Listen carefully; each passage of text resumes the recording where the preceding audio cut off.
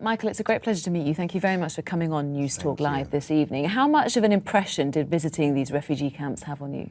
Oh, well, I don't think you can prepare for it in any way, really. You know, even if you have the idea that you're going to a camp or makeshift settlement, actually being there and seeing the conditions that these people are living in. I went to an area called Faida in the Bekaa Valley area, which is on the border, the eastern border between Lebanon and Syria.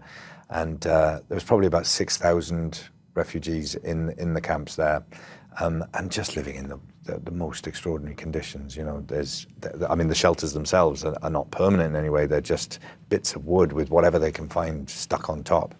And then open gullies of sewage and just huge refuse tips that they're living in, and little children running around barefoot.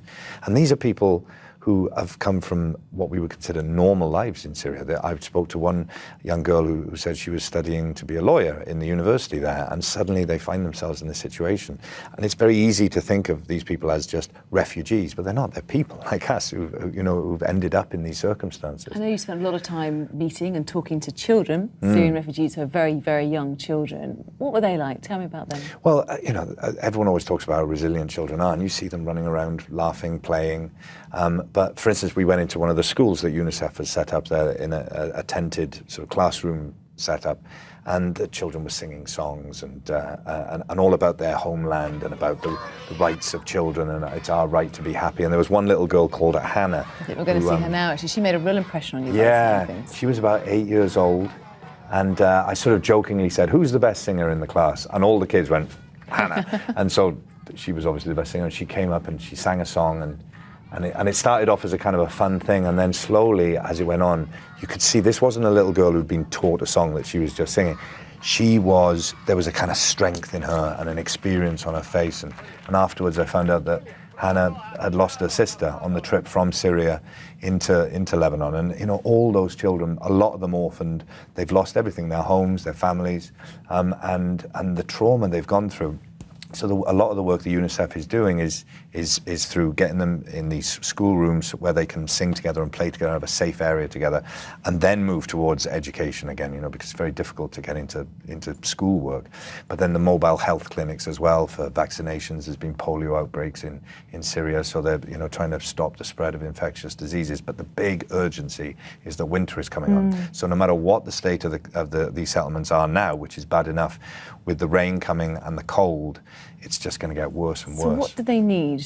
Well, we need, you know, it's a very complex situation there in the big picture, but there are some things that are very, very simple. And I saw the first lot of winter supplies coming in that UNICEF had made available for the children. So they need more winter supplies. They need, in order to get through this winter, as I was standing in the camp, I felt the temperature drop and the rain started to come down.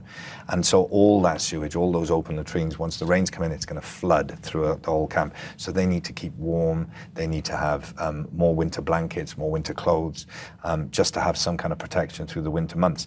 And the amazing thing is, at the moment, between October 31st and January 31st, the UK government will double every pound that anyone gives to the UNICEF UK Winter Appeal.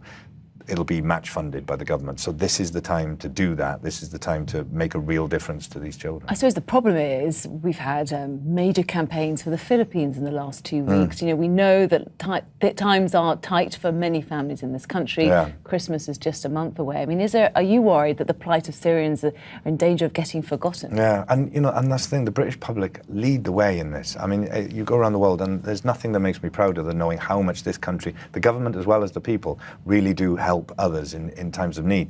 And that's the problem, you know, with the Philippines and with everything that's been going on.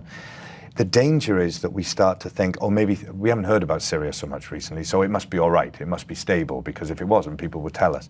And the danger is it's actually escalating. It's getting worse all the time. The day I arrived in Lebanon, 10,000 people came across the border, new refugees, and with winter coming on, it's just going to get worse and worse. So the danger is that people forget about it because they don't hear about it.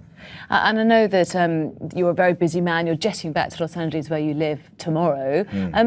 How important is it for you personally to get involved? Because it must be such a difference from your lifestyle as a successful Hollywood actor, to then get involved and see the plight of people who are living in such horrible conditions in Syria. Well, I truly believe that everybody wants to help other people who are suffering. I think that's our natural instinct. And certainly in this country, people just want to be able to help. And sometimes it's a bit overwhelming. You don't know how to, other than giving money sometimes. And I think a lot of the time, people have their own money troubles and also feel like, you can't keep giving money. I wish there was another way to help. So the privilege for me really is that I'm given the opportunity to do these things.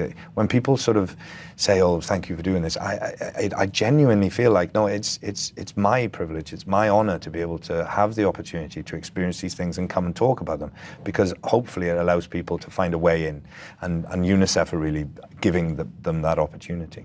Okay, well, Michael, thank you very much for telling us about your trip, and the best of luck. Thank you very much.